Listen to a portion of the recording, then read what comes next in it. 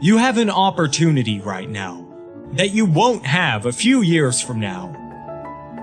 This is an opportunity of a lifetime. Your family are counting on you to study hard. Your friends are counting on you to study hard. And maybe you don't realize it yet, but your future self is counting on you to study hard. And the goal is not to keep studying until you're content. The idea is not to keep studying until you become satisfied with your grades. You should never be satisfied. You should always be striving for better. Because the day you become content with your grades, that's the day that you stop evaluating yourself. That's the day you stop growing. That's the day that the person trying to catch you will catch you. You have to take advantage of the once-in-a-lifetime opportunity that you have right now. You don't have to be the most talented, or the wisest, or the smartest, or the wealthiest. You don't have to be the most intelligent to get to the top. But you gotta study. You have to outstudy everyone. Your classmates might come from money. They might have parents that own businesses. They might know people and are able to get them a job. But they will not outstudy you.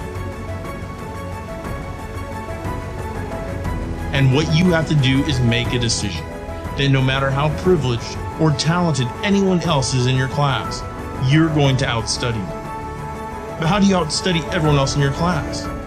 I'll leave you with the words of Eric Thomas. I've looked at the most successful people in the world, and I realized that they have 7 or 8 similar things in common. And one of the things they all had in common was that they all had a routine. They are obsessed with routine.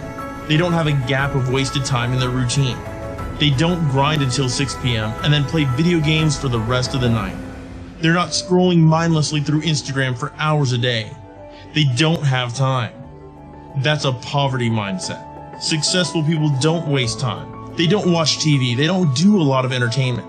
If they're not working, then they're studying or getting better at their craft. So what you have to decide is, do you want to be in the 99% or the 1%? And you'll only join the 1% when you start thinking like the 1%, working like the 1%, walking like the 1%. How you prioritize your studying over the next 365 days will significantly alter the journey you're on and whether you make it into the 1% club. Aristotle said you are what you repeatedly do. Therefore, excellence ought to be a habit, not an act. Don't ever forget that. As Coach Jay said, I'm not your coach right now. I'm your conscience. You're in a fight between will and skill. I say will first because that's where you are. You're locked and loaded with skill.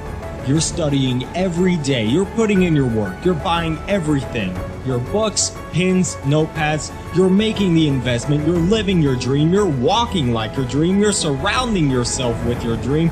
You're studying until late at night and waking up early to do it all over again. You've put your work in. You've got your skill. And now it's the test of your will.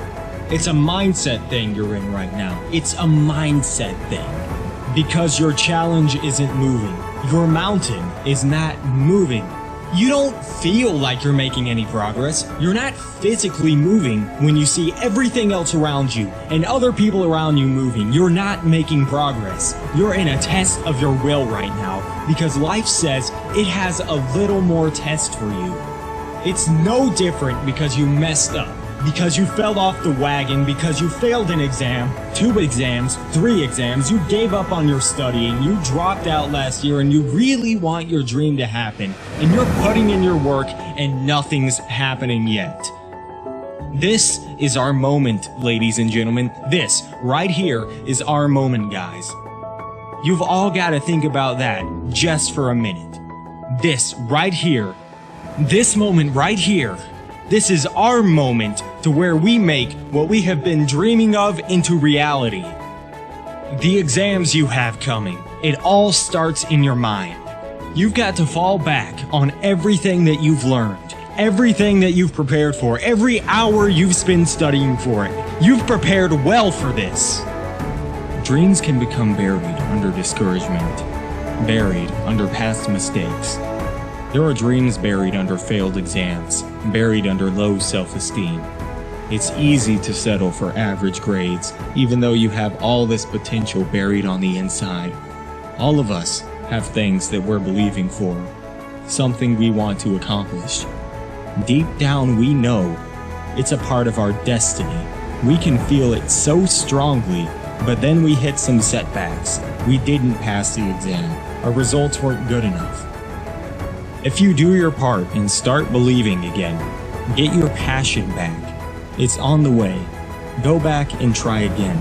The true mark of a champion is even though some dirt gets thrown on your dream, instead of letting it get buried, you keep shaking it off. You keep moving forward. You keep looking for new opportunities.